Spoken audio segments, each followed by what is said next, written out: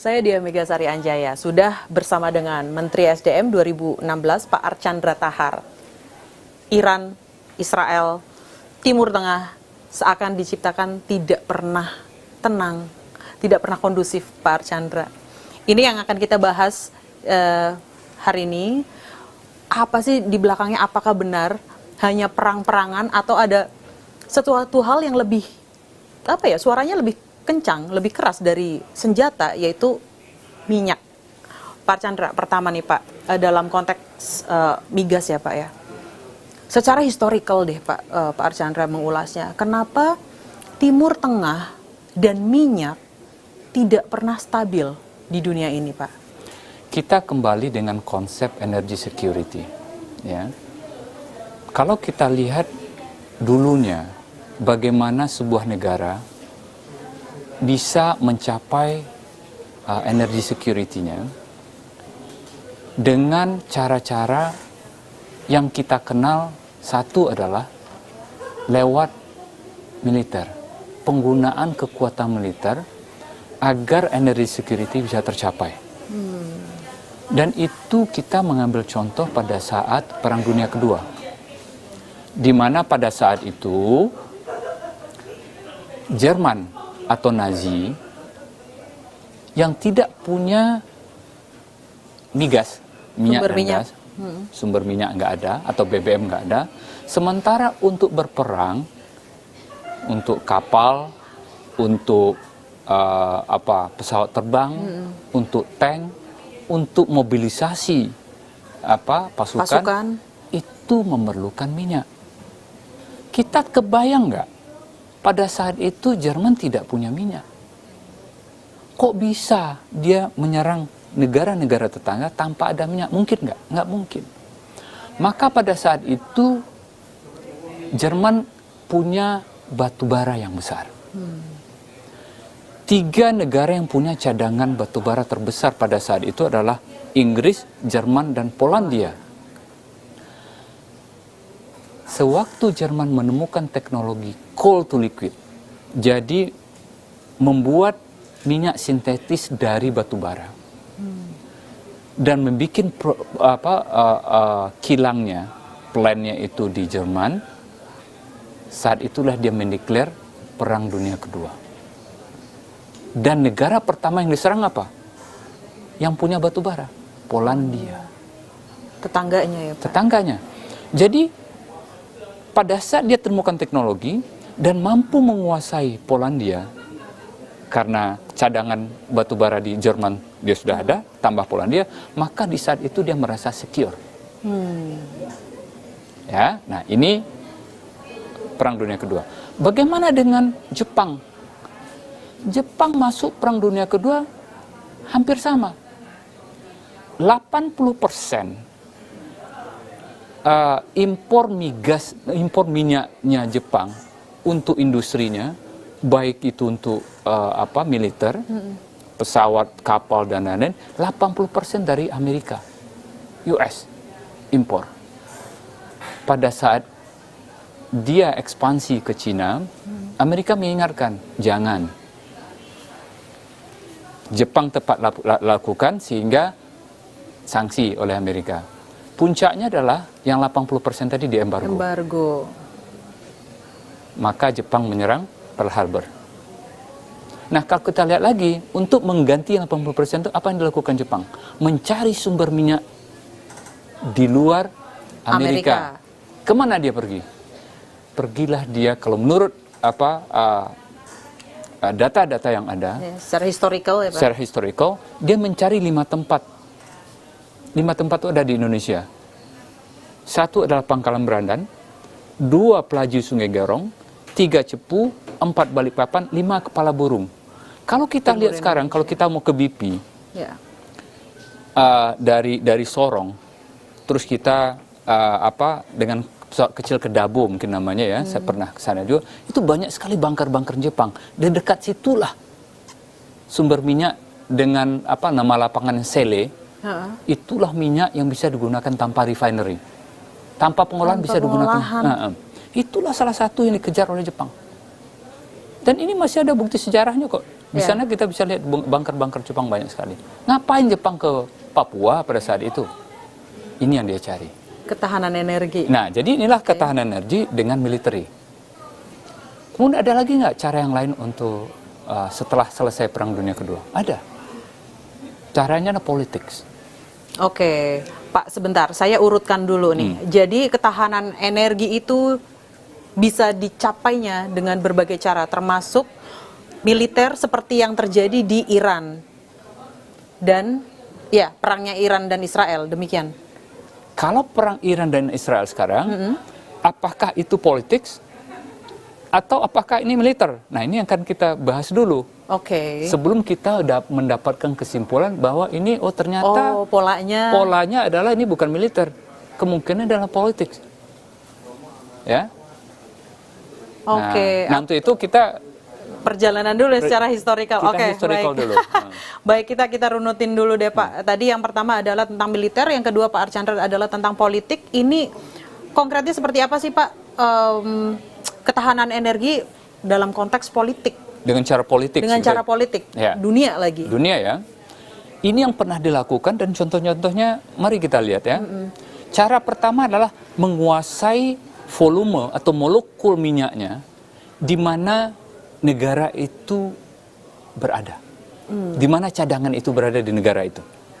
Ya. Dan ini yang terjadi sewaktu Amerika bikin kesepakatan dengan Arab Saudi sebagai pemenang Perang Dunia Kedua. Dan ini dibahas dalam catatan singkat saya kemarin di IG, saya juga bilang bahwa dalam buku The Price itu ditulis bahwa sebagai pemenang Perang Dunia Kedua, Amerika tahu bahwa salah satu cadangan terbesar yang ada di luar Amerika pada tahun 40-an itu adalah ada di Arab Saudi. Selain Baku di Azerbaijan. Ya. Nah, di situ Amerika deal.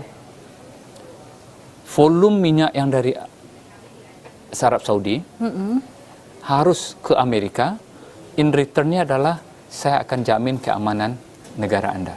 Ini dinamakan by politics, menggunakan perjanjian agar volumenya bisa diambil ke Amerika.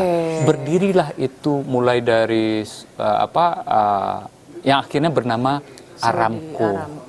American American Company. Nggak ada Arabian, European, American, nggak ada. American Company. Aramco. Nah, ini cara pertama bagaimana Amerika mengamankan pasokan minyaknya dia. Cara kedua, mengamankan jalur transportasi. Nah, jalur transportasi utama pada saat itu, ya pada saat zaman-zaman itu adalah terusan Suez. Kemudian juga Panama Canal, terusan Panama. Ya, maka itu harus diamankan. Nah, untuk saat sekarang jalur transportasi utama selain dua itu apa? Selat Hormuz. Selat Hormuz. Maka untuk energy security by politics adalah mengamankan jalur-jalur transportasi yang diamankanlah terusan Suez, terusan Panama, yang ketiga sekarang adalah Selat Hormuz. Jalur transportasi yang dipegang. Pernah nggak negara-negara Eropa mengalami krisis gara-gara jalur transportasinya terhalangi? Pernah. Sewaktu Gamal Abdel Nasser, ya, presidennya Egypt atau Mesir, menasionalisasi terusan Suez dari Israel, Inggris, dan Perancis. Krisis tuh. Maka pasokan minyak yang dari Arab dan lain-lain yang ke Eropa terganggu. Maka cara kedua by politics adalah mengamalkan jalur transportasi. Jalur transportasi relate ya ini ya dengan konflik di Iran. Nah, yang sekarang kan nanti bisa silahkan nanti dilihat di mana benang merahnya ya. Cara ketiga adalah mengganti national leadership-nya dia. Kapan itu pernah terjadi? Sewaktu Iran yang memerintah adalah Mossadegh, Presiden Mossadegh, dan Mossadegh itu menasionalisasi perusahaan Anglo-Persian. Anglo-Persian itulah cikal bakalnya BP, British Petroleum. Terusillah Anglo-Persian dari Iran, berdirilah BP. Lahirlah BP. Lahirnya BP. Kemudian menjadi presiden itu si Mossadegh, tumbang Mossadegh, diganti Mossadegh dengan Shah Iran, didudukkan Shah Iran oleh Amerika. Sampai tahun 79. Itulah mengganti nasionalisme, sehingga volume dari Iran itu masuk kemana? Masuklah perusahaan-perusahaan Amerika di Iran. Ini cara ketiga. Mengganti national leadership. Ya. Ada cara lain, Pak? Cara keempat by politics itu adalah mendestabilize kawasan. Kawasan itu tidak boleh stabil. Nggak boleh damai. Nggak boleh damai. Kenapa? Ini juga bukti sejarah. Kalau kawasan misalnya di Timur Tengah itu damai, national leadership mereka pernah bikin susah negara-negara maju. Contohnya, Pak? Satu, yang tadi terusan Suez nasionalisasi. Yang kedua adalah sewaktu perang Arab Israel tahun 73, Yom Kippur, ya. Raja Arab yang tadi Aramco memproduksi minyak, sekarang Amerika diembargo tahun 73. Apa yang kejadian? Kucar-kacir Amerika terjadi krisis energi di Amerika. Sangat susah Amerika waktu itu. Kita lihat foto-fotonya. Bagaimana antrian di pom bensin dan lain-lain. Maka pada saat itu yang dinamakan dengan Arab menggunakan oil for weapon. Jadi minyak ini digunakan untuk senjata. Nah, untuk itu di dalam buku The Price itu juga disebutkan. Kalau begitu Amerika mengatakan kalau negara Arab punya cash yang banyak, maka cash ini harus digunakan untuk membeli senjata. Ya. Nah, dari situlah kalau tidak mau terjadi krisis energi di Amerika misalnya, dan sudah pernah terbukti dan tidak terjadi embargo ke sana, ada teori mengatakan bahwa harus tidak stabil di sini. Destabilisasi kawasan. Destabilisasi kawasan. Baik, saya akan kembali setelah jeda berikut ini.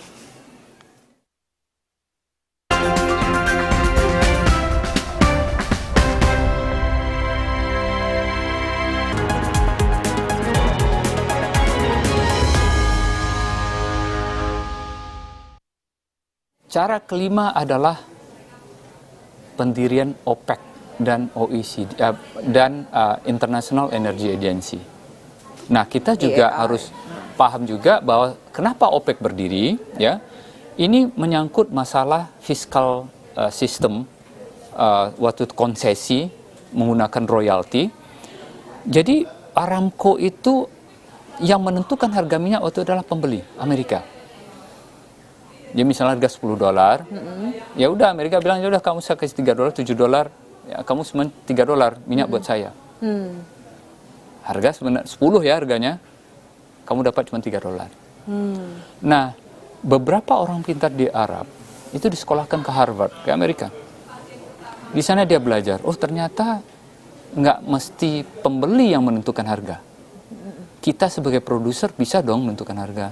Nah, berumbuklah beberapa negara produser terbesar waktu itu, Venezuela, Iran, dan Arab Saudi di Baghdad tahun 60-an itu mendirikan OPEC.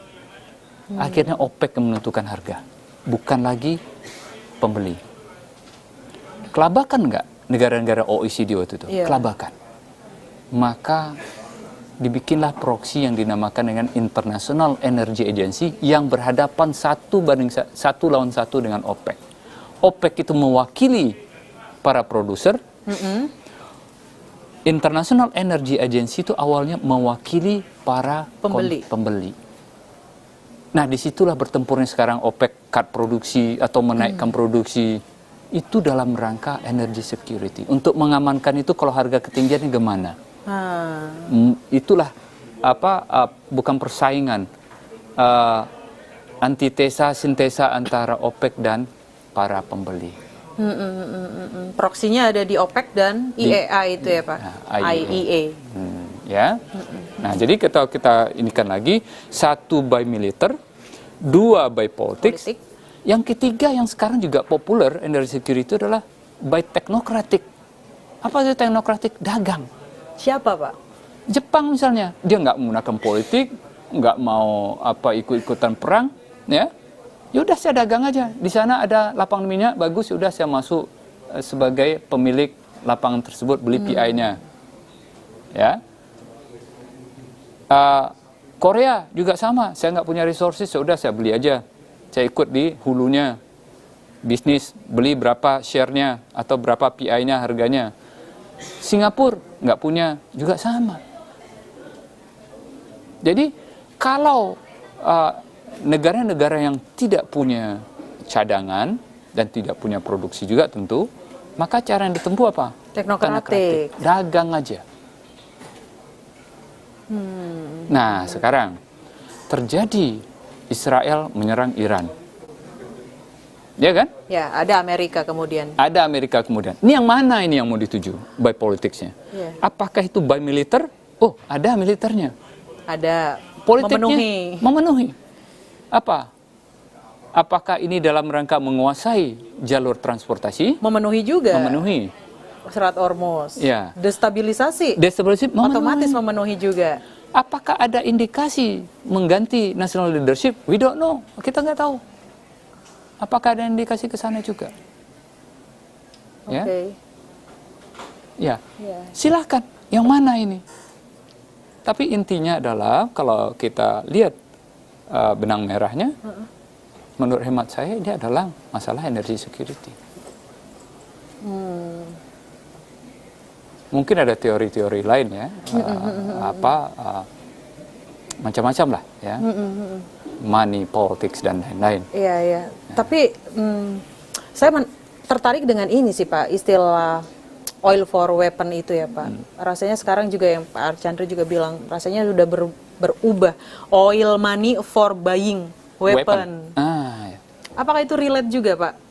Gini Pak, saya berangkatnya juga dari, mungkin agak jauh sih dari industri migas. Saya berangkatnya adalah dari data-data ekonomi, data makroekonominya Amerika Serikat yang sedang jelek. Misalnya defisit yang tembus 1 triliun US dollar. Entah bagaimana benang merahnya ya Pak. Saya kok membacanya ketika ekonominya Amerika Serikat jelek, meletuslah sebuah perang. Apakah ada energi juga di baliknya yang pada akhirnya bisa menghubungkan oil money for buying weapon itu, Pak Archandra? Jadi kalau kita lihat ya, apakah bisa relate ke sana nggak? Mungkin. Coba kita lihat ya. 9 April Presiden Trump mengumumkan kenaikan tarif yang bikin ketidakstabilan dalam perdagangan dunia. Apa akibatnya? Harga minyak turun ke level 60-an.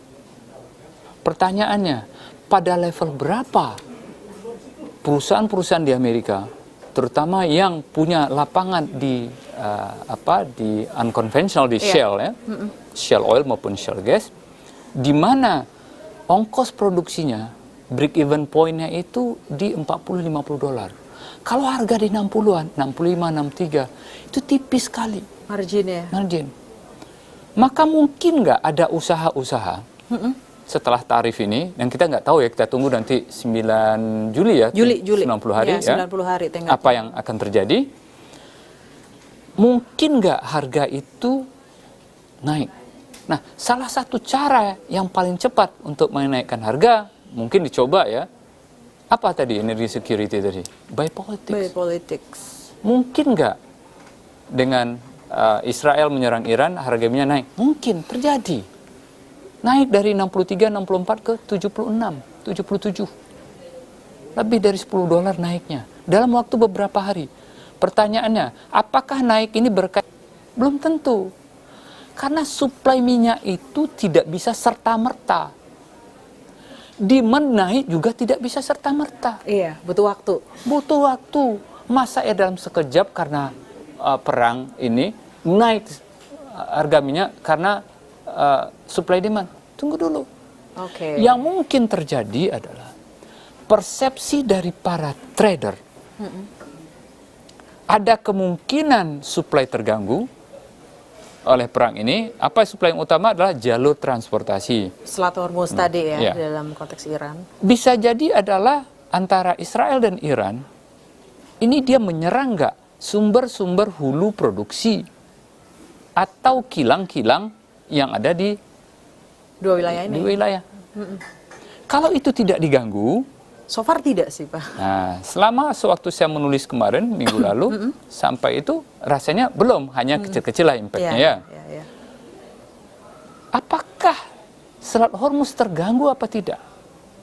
Di awal mereka pikir oh Selat Hormuz terganggu, maka trader itu berasumsi atau punya persepsi ke depan ini akan terganggu supply-nya, naiklah harga. Ternyata berapa hari yang lalu kemarin ceasefire, Ya. harga turun Langsung lagi. Iya, dari- berarti apakah demand turun waktu itu? Apakah supply? Nggak relate. Menarik. Artinya Pak, bisakah kami simpulkan bahwa ketika supply dan demand itu tidak serta-merta tercipta dalam 1-2 hari perang, harga minyak bisa melambung tiba-tiba hampir 80 dan tiba-tiba juga turun balik lagi ke level 60-an. Siapa yang menggerakkan harga ini? Apakah memang di pasar minyak ini jauh lebih banyak spekulannya? Karena dulu di kelas Pak Archandra sebelumnya kita harusnya masih sama-sama ingat 70% pasar minyak itu digerakkan oleh spekulan. Hanya yang benar itu 30%. Relate ya Pak? Kalau kita melihat datanya, sewaktu saya belajar tentang trading ini, ya, real trading itu sehari-hari, misalnya di Singapura ya, di plat Singapura misalnya, mungkin yang 30% yang real, yang bisa physical trading, fisiknya tuh diperdagangkan. Oke. Ya, beli pisang dengan uang itu fisik gitu. Sisanya itu adalah paper trading. Maka trading itu faktor spekulasinya besar sekali. Terima kasih Pak Archandra Thahar, Menteri SDM tahun 2016. Pasti kita akan ketemu lagi ya Pak, kalau harga minyak Insya bergejolak Allah. lagi ya Pak, insya Allah. Terima kasih, saya Diah Megasari Anjaya, pamit.